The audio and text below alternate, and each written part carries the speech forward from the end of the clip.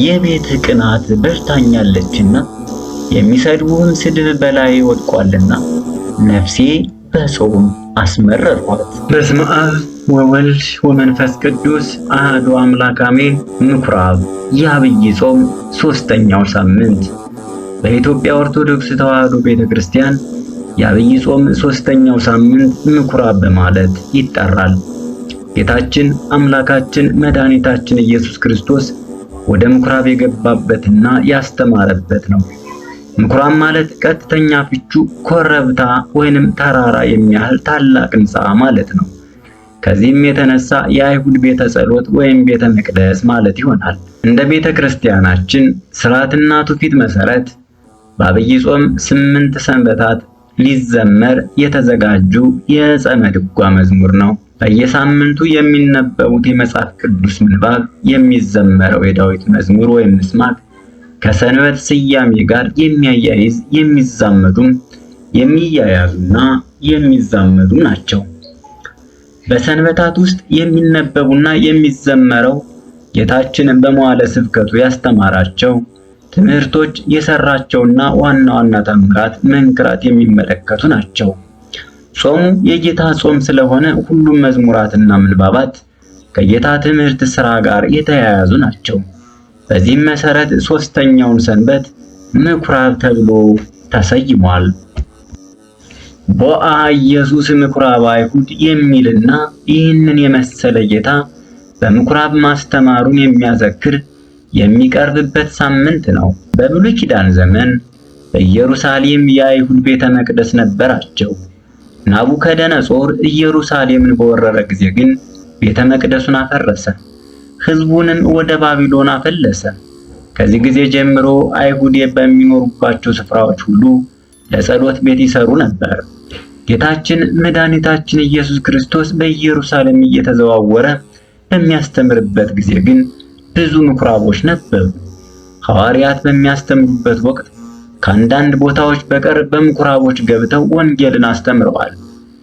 በብሉይ ዘመን ቢያንስ 10 የጎለመሱ ወንዶች የቤተሰብ ኃላፊዎች በቦታው ከተገኙ እነዚህ ምኩራቦችን ለመስራት ይፈቀድላቸው ነበር። በምኩራብ ውስጥ የሕግ መጻሕፍትና በነቢያት የተጻፉ ጽሑፎች በብራና ጥቅል ይገኛሉ።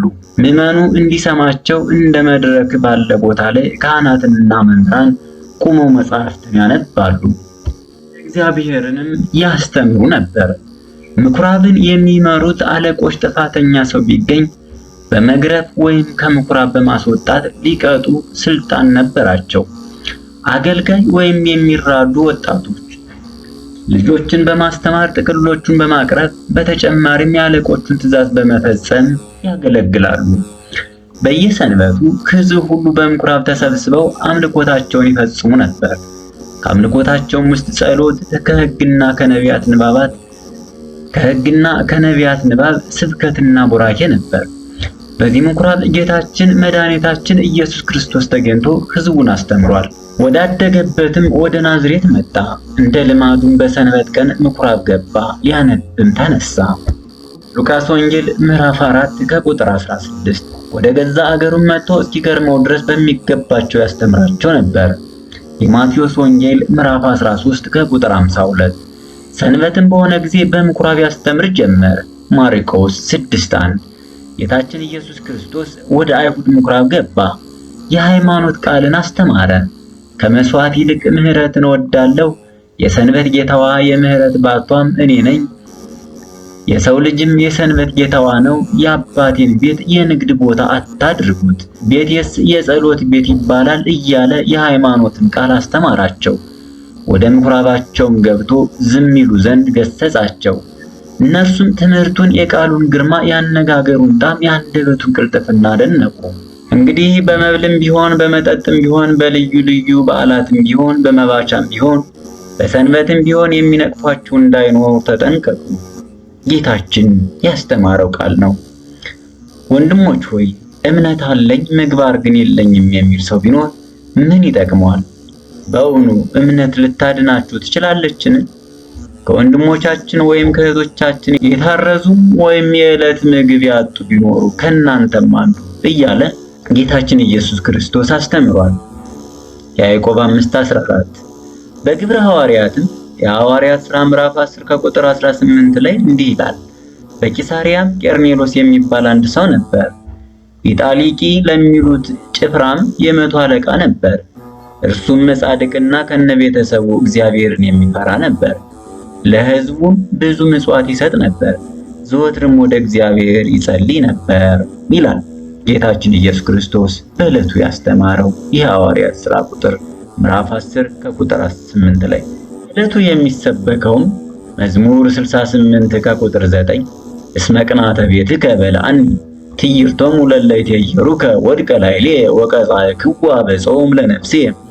ትርጉሙም የቤት ቅናት በልታኛለችና የሚሰድቡህም ስድብ በላይ ወድቋልና ነፍሴ በጾም አስመረርኋት ይላል የዮሐንስ ወንጌል ምዕራፍ 2 ቁጥር 14 እስከ ፍጻሜው። ከዚህ በኋላ እርሱና እናቱ ወንድሞቹ ደቀ መዛሙርቱም ወደ ቅፍርናሆም ወረዱ። በዛም ብዙ አይደል ጥቂት ቀን ተቀመጡ እያለ ይቀጥላል። በዕለቱም የእግዚአብሔር ወይንም የቅዳሴ ጊዜ የጌታ ቅዳሴ ይቀደሳል። እግዚአብሔር አምላክ በቸርነቱና በምሕረቱ በይቅርታው ብዛት እንደ ቸርነቱና እንደ ምሕረቱ እንደ ኃጢአታችን ብዛት እንደ ሰውነታችን ክፋት ሳይመለከት ጾሙን በሰላም አስጀምሮ ለዚች ለተቀደሰች ለምኩራው ለሶስተኛዋ የዐቢይ ጾም ሳምንት ስላደረሰን የተመሰገነ ይሁን። በቸርነቱ ያስጀመረንን ጾም በምሕረቱ ያስጨርሰን። ወስብሐት ለእግዚአብሔር ወለወላዲቱ ድንግል ወለመስቀሉ ክቡር አሜን። ይቆየን። የሳምንት ሰው ይበለን። ሰላም